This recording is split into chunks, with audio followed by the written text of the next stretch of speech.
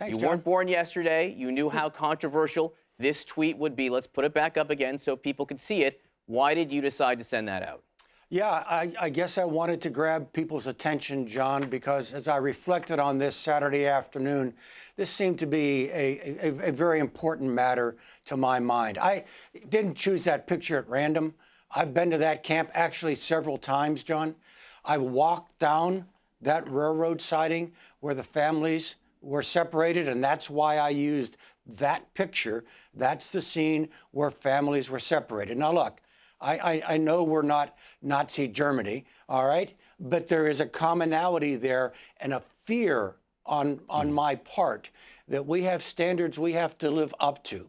You know, John, if you walk down that track, you go through the portal, and you open up onto acres and acres where the barracks used to be, and you can still see the footings of the barracks, and beyond that, the crematoria. And then you look at the sky, and it's blue, and the trees are green, and the dirt's brown. I mean, this really happened. And although that's in Poland now, it was in Germany during the war. I've lived in Germany for 3 years, a more civilized people you cannot find. But General, and so I was trying to point out we need be careful not to move in that direction. the comparison, though, is one that critics latch onto, and they will note, among other things, that the Jews who walked through that door did not choose to walk through that door at Birkenau. The families going to the border, the parents are choosing to go there. The parents crossing the border have committed a crime, whether it be a misdemeanor or a felony. You can argue they've committed a crime. The people who walked through that gate at Auschwitz-Birkenau, they had committed no crime. Also, the people who walked through that gate, they were killed.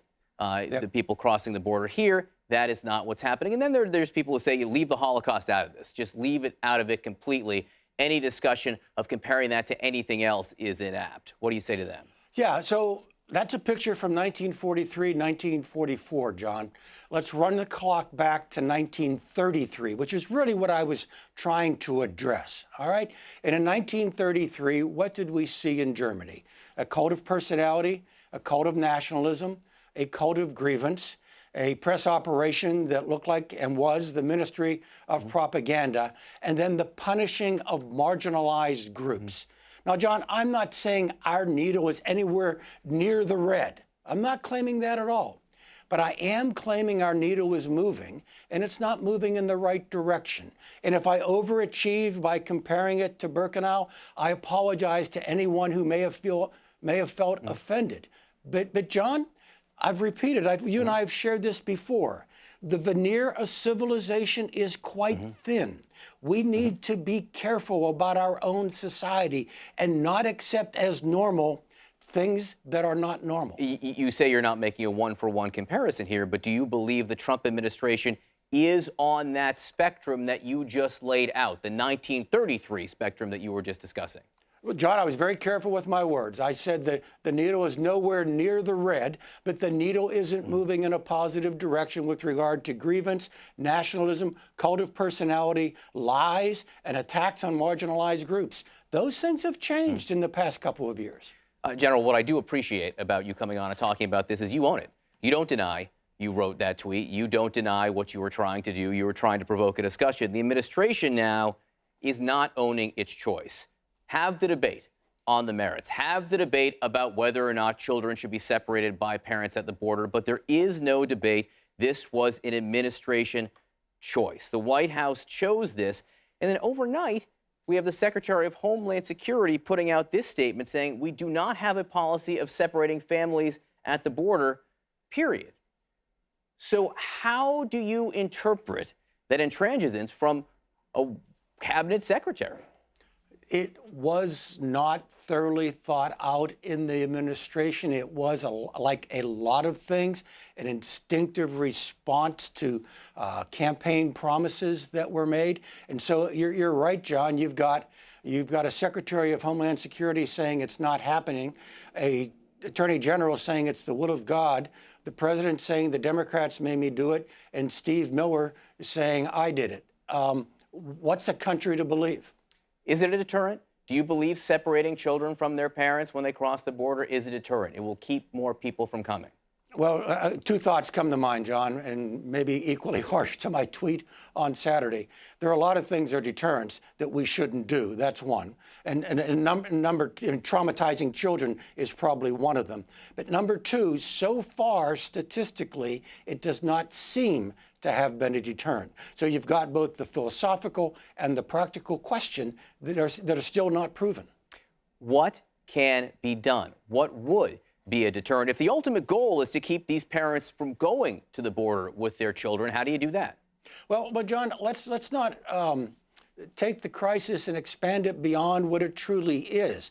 I mean, in terms of our southern border, we have more foreign nationals moving south across that border than we do moving north. We have been a net exporter over the past several years. And although you have these specific cases of these people doing these particular things, what's happening there right now is not a national crisis. I get it. We're a sovereign nation. We have a right to control our borders, but we should do it within our ideals. When the White House says there is no policy to separate children from their parents, are they lying? Well, I mean, I see children separated from their parents. Newsmen see children separated from their parents.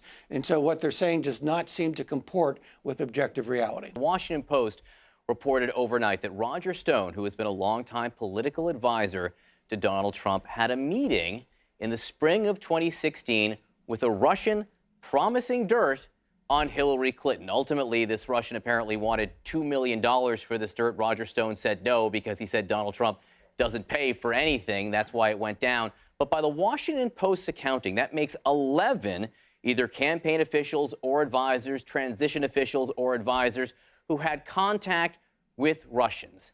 Does that number seem usual, normal to you? No, it's not normal.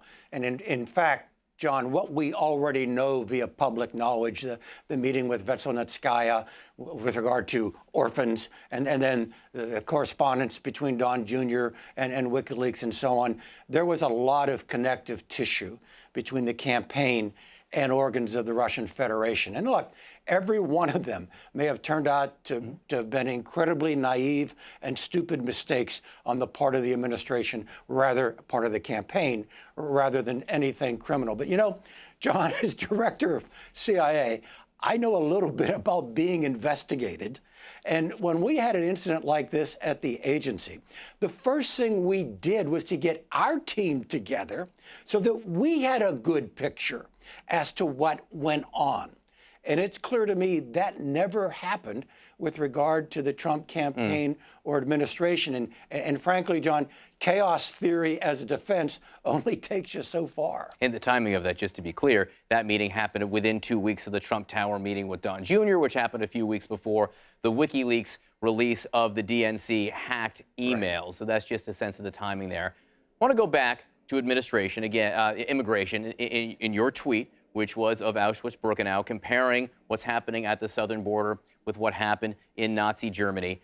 You suggest that your concern is that there is this slippery slope of what the administration is doing here. Steve Bannon, who was one-time advisor to the Trump administration, senior advisor in the White House, he did not like your criticism of the administration. This is what he said over the weekend.